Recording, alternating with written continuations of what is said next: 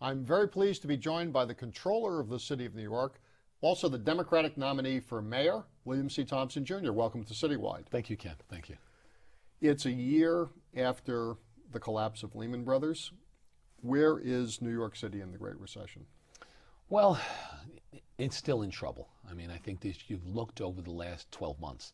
New York City has lost over 100,000 jobs. Unemployment is at a 16-year high in the city of New York. It's over 10% right now. And it's having, a disproportionate impact as far as unemployment in African American and Hispanic communities across the city of New York. So we're still in trouble. We're still in a place where we haven't fully stabilized. I don't think New York City has hit bottom yet, and we still have a little way to go here.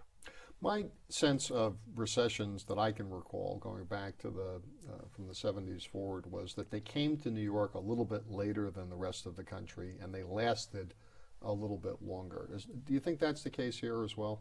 I think there may be the possibility of that. I think if you look, New York City was still adding jobs while the rest of the country was losing jobs last year. And then we got to September of 2008, and I've said to people, it's almost like we fell off the edge of the table.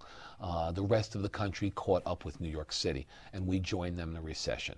So I think that, right now we've followed the country into a recession. I think that, you're getting indicators from a number of the economists who have said nationwide they're coming out, or the nation has finally stabilized and they may start out of recession. I don't think we've hit bottom yet in New York City.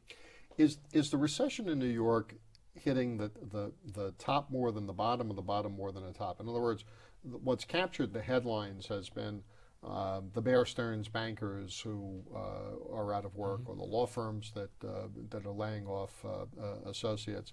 But what about at the other end of the economic spectrum? This isn't as much a factory town as it used to be, so we don't necessarily feel things in the same way that Detroit does. But where's the impact of this?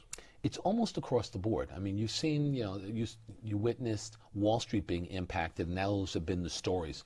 But the real story of what's happening in New York, impact in retail, impact not at the top, in the middle, and hitting lower income individuals, people who are making, $25,000 who got laid off, people who are making $50,000 and $100,000 who've lost their jobs and their jobs have gone out of business. I think if you look across the city of New York, so many stores, so many retail operations, vacant stores all of a sudden, more and more vacancies all across the city of New York. So it hasn't hit just one area. It's hit across the board. Sure, Wall Street, it's hit some of the higher dollar individuals, but I think the real story of this recession have been those who are in the middle or at the bottom who have really been impacted strongly and probably for a longer period of time than those on Wall Street. What can the city of New York do about this? Or, should it be doing anything? Is it just the market has to correct itself? What can the city do? Well, on the Wall Street side, there's not a lot that the city of New York can do. In other places, there are things that the city should have done and can do right now. I think if you look at small businesses, we should have diversified the economy more. Mike Bloomberg did not do the job that should have been done in diversifying the economy, in working in small businesses that provide half the payroll jobs in the city of New York. If we would have done that earlier, that would have helped to insulate us a little bit more. I think that right now what New York City can do is to provide access to capitals, to work with some of the banks and others, because if you look at those who used to have a line of credit and they're having problems there, those small businesses that need capital to bridge a little bit of the tough times, had good businesses before, will have good businesses again, but right now there's a fall off. New York City has not done a good job at creating that opportunity for those small businesses to get capital, to be able to make it through the tough times, to start to cut red tape in New York City. And you don't want to wait until you bounce back before you start to create focus again. Now's the time to create focus for small businesses. Now's the time to be talking about and starting to move forward on green collar jobs, because if you're talking about a greener city, you're importing things from around the country and around the world. Why aren't we doing some of that in New York City? Now's the time to be planning for the future, and I think that's where the city has dropped the ball. It's places that the city can have a real impact if they start to focus now. So when things come back, they'll come back even stronger. On the next edition of CityWide, we're going to have the Bloomberg administration's Commissioner of Small Business Services, Rob Walsh, join us. Do you think that Mike Bloomberg has been a good mayor for small business? Absolutely not. I mean, you speak to the small businesses across the city of New York. They see New York City as the enemy. They will talk about the fact that they feel they're being used as revenue sources. Inspectors come in, take a look at a store and say, gee, you have a great place here. It's really clean, really like it, but I have to give you a ticket anyway. If not, I'm not doing my job.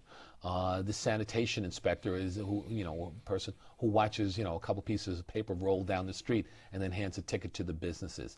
In addition, New York City hasn't created the opportunity, the access for small businesses to do business with New York City in real fashion. We do billions of dollars a year in goods and services. And I think the city's dropped the ball terribly in not trying to create a greater opportunity for New York City businesses and New York City medium-sized and smaller businesses to do business with New York City. That helps to keep dollars in the city. That helps to stimulate the economy. They're not doing it. And small business services really has dropped the ball over the years. So, I've talked about the need to create more of a user-friendly operation. If you're a small business and you walk through the door, we should be able to assign a person to work along with you to help cut red tape, to help get you through a process, not to slow things down. So, when you talk to the head of small business services, I think you want to point out to him that that people in small businesses across the city of New York feel that the Bloomberg administration almost is at war with them. The mayor's value proposition for the city, as I've heard him describe it, my words though, not his, is that there's always going to be someplace cheaper. That New York is an expensive place to do business, and that we're not going to be able to attract additional growth simply by cutting costs. He would argue that the strategy to recruit and retain the best and the brightest by giving them places to live, work, and play is the right way to go. Create the environment that attracts the people that are going to create prosperity in the city. Do you, on a fundamental level, agree with that or disagree with that? The reality is the city government and the Bloomberg administration has helped to make it harder for people to come here, for the best and the brightest to come here and to be able to stay. If you look at the costs that continue to go up that are tied to government, that are tied to the Bloomberg administration, property tax increases, assessments that continue to go up, fines, fees, penalties, water rates, parking tickets, sales tax, a rent stabilization board that continues to raise rents each and every year. All of those things work against young people coming from around the country and around the world. If you want to have the best and the brightest come here, they have to be able to afford to live here. And then once they get here, as we see middle-class families continuing to be pushed out of neighborhoods all across the city of New York, because because Mike Bloomberg has treated New York City as a luxury product and continues to say, well, geez, it doesn't matter. It's not the cost that attract people. It's the competition. If you can't afford to live here, and I think you've seen and I've seen, young people who are coming here, how many are living in an apartment right now? 4 or 5 roommates in one apartment? They can't afford to live in the city of New York. If we continue to push people out and price them out, they're not going to be able to come here. So the proposition that he puts forward about this being a luxury city, it's not because of cost. If you make costs so prohibitive that families can't live here, can't stay here, and then children who have grown up here can't afford to live here anymore, as well as people from around the country and around the world can't stay here, then it doesn't make sense. Then you erode that best and brightest. Well, there was clearly a palpable sense of prosperity in New York over the last 8 years, given the starting point that you and the mayor took office when the pile at the World Trade Center was still smoking, and the very idea of New York City was in question. How much of that do you believe has been because of the leadership and actions of Mike Bloomberg? How much of it was because of what we now know was a very easy supply of available money for debt and borrowing? Little of it was because of Mike Bloomberg. Most of it was because you watched a huge run-up in Wall Street and other areas. You were looking at a worldwide improvement. And even as things started to decline in some places in New York City, it worked. Things continued to work because of a weak dollar. And I think you and I had talked about that on one show, that because of the weak dollar, you saw foreign investment in real estate and a number of things here in New York City. Tourism was huge. So we were, people were paying $300, $350, $400, $450 a room coming here from all over the world. Tourists were coming here from European countries with no luggage almost. Around the holiday season, buying luggage, filling them up with gifts, and then going back home because of a weak dollar. So a lot of this was because of a weak dollar. A lot of this was because of the run-up in Wall Street, which, as we know now, was kind of an illusion built on sand. And when everything started to erode, then it had a huge impact on New York City. We're going to talk about that Wall Street illusion when CityWide continues right after this.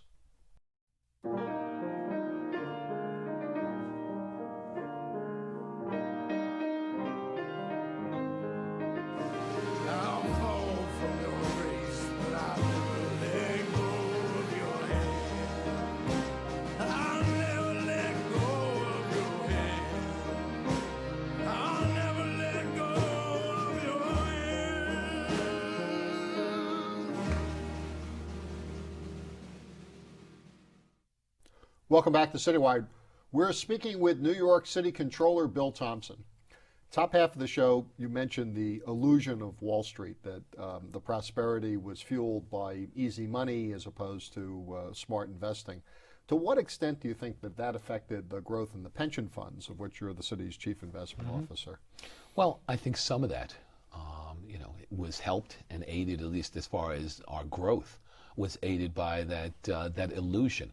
One of the good things that I'd worked hard to do, along with the trustees of the pension boards, was to diversify our portfolio, to make sure it just wasn't stocks and bonds, and we had other things. And that has served us well in this downturn, as I've watched public pension funds all across the country, the biggest ones, CalPERS, CalSTRS, New York State Common, and others.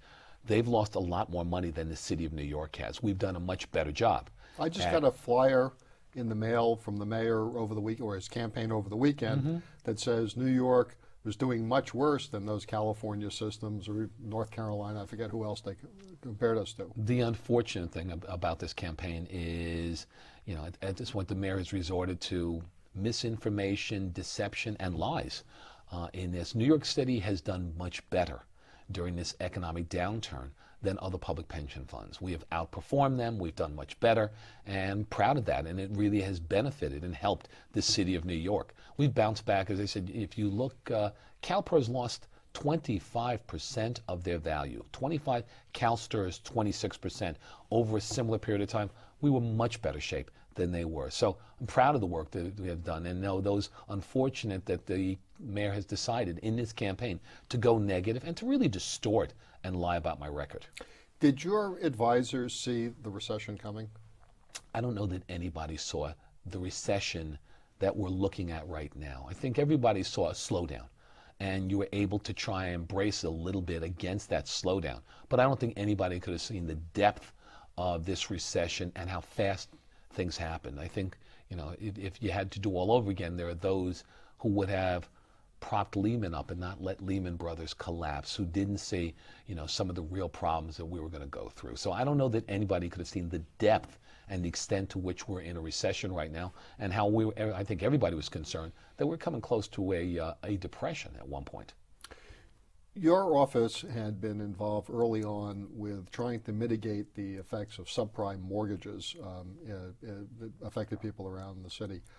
Could you tell us a little bit about that? But also, my sense is that the subprime mortgage situation, as serious as it was in New York, wasn't as serious here as it was in other places, that California, Florida, or even in the Midwest.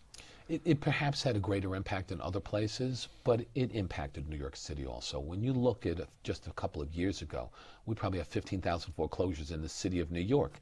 Last year, closer to 20,000 foreclosures in New York City. It is something that, I've tried to create a lot of focus on over the last 2.5 years. Everything from seminars across the city of New York, a mortgage prevention help, or at least a foreclosure prevention helpline, to be able to work with families. And now it's thousands of families that we've fielded calls from, thousands also that we've been able to help keep people in their homes. But that's another area where maybe not the full extent of subprime, but there was legislation that the city council passed years ago that said that New York City wouldn't do business with predatory lenders, and some of these subprime loans definitely were predatory in nature. The mayor vetoed that bill, and then when the council overrode it, he went to court to try and prevent, and he was in fact able to not make sure that legislation took effect. It's a mistake. It's something that if New York City would have taken a stronger stand, many more families could have been protected here in New York. But no, I'm proud of the work that we did there, even though it is, when you watch families across the city of New York who are losing their homes. There were neighborhoods I've been in, South Jamaica, where you've looked at whole blocks of individuals and foreclosures, people trying to hang on to their homes. The values of their mortgages now a lot higher than their homes were worth, and predatory loans were, you were watching people trying to refinance one predatory loan with another one. And what it meant was you saw blocks where houses started to become vacant.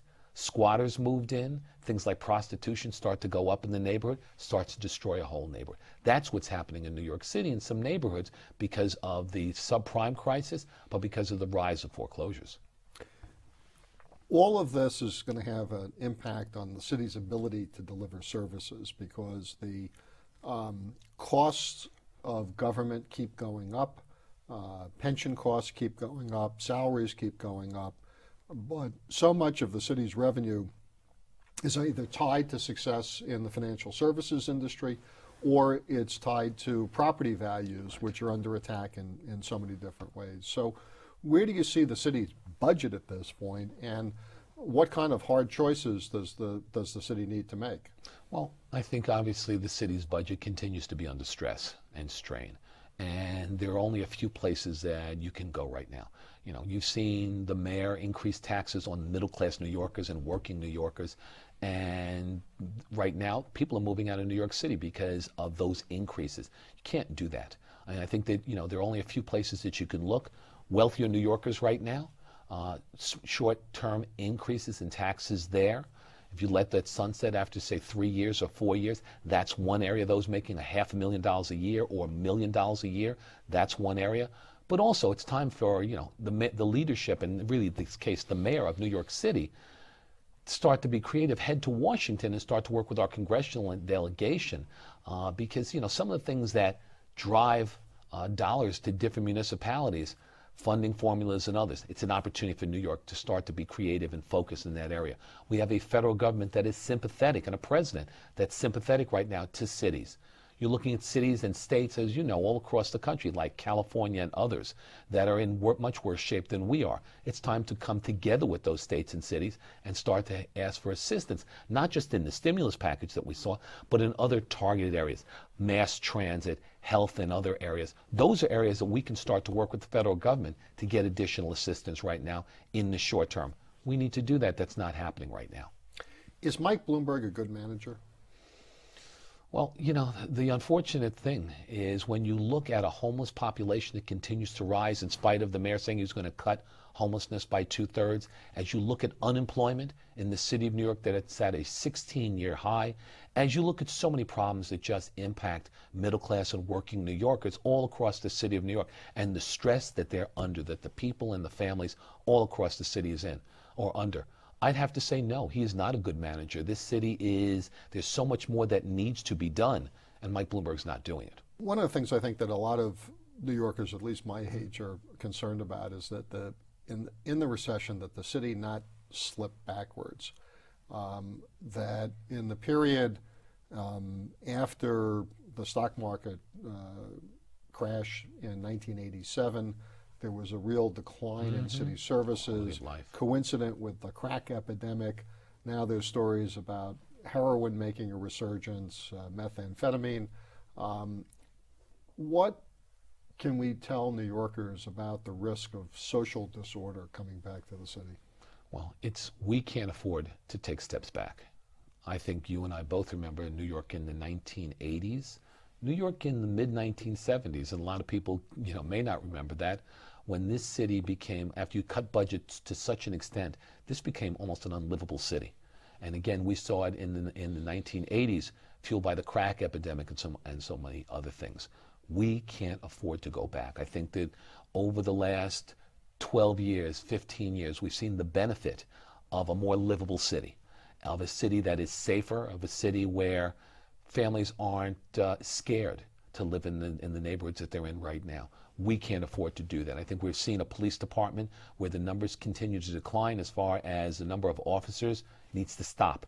We need to add police officers back right now, because the one thing I think we've all learned, quality of life is one of the most important things to this city. So we can't afford to take that step back. We need to, as I said, in police and fire services and others, we can't afford to let New York City get worse and return to the bad old days of the 1980s. So if we've got a shrinking revenue pool, we've got serious social needs, a need to transform government to some extent, that is going to require taking on some of the special interests that have dominated politics in New York for such a long time. Tell us how you're going to do that and why you think you would be successful. Well, I think it's in telling people the truth, letting them understand where we're at, not just sitting there. I mean, I listen to Mike Bloomberg tell everybody that everything's great and the city's in fabulous shape right now and there's no problem. It's kind of like a, what me worry type of attitude. That's not going to work. Being honest with the people of New York City, letting them know where we're at right now, letting them know the financial situation, and letting them know where we want to go. I think all of that is part of leadership and telling the people of New York City the truth. It's talking about the jobs that we need to create in the future and what we're trying to do all across the city of New York. It's understanding that when we talk about employment, 20% of those who are out there these days are self-employed. What are we doing there to help to benefit those individuals who are self-employed? It is telling people the truth about where we're at right now, not kind of making up this fantasy world where everything's great, where our public schools are, all the elementary and middle schools are rated A's or B's. I think you saw last week the mayor's management report. The city streets are cleaner, everything's great, everything's wonderful. We need to tell the people of New York City the truth. Let them know where we want to go, what we're trying to accomplish, and letting them know we all have to do that together. I think that's about leadership. It's about telling the people of New York City the truth. That's how we get there. That's how special interests and others understand where we're trying to go and what we have to do. My thanks to New York City Comptroller, candidate for mayor, William C. Thompson, Jr. I'm Ken Fisher. Thank you for joining us on this edition of CityWide.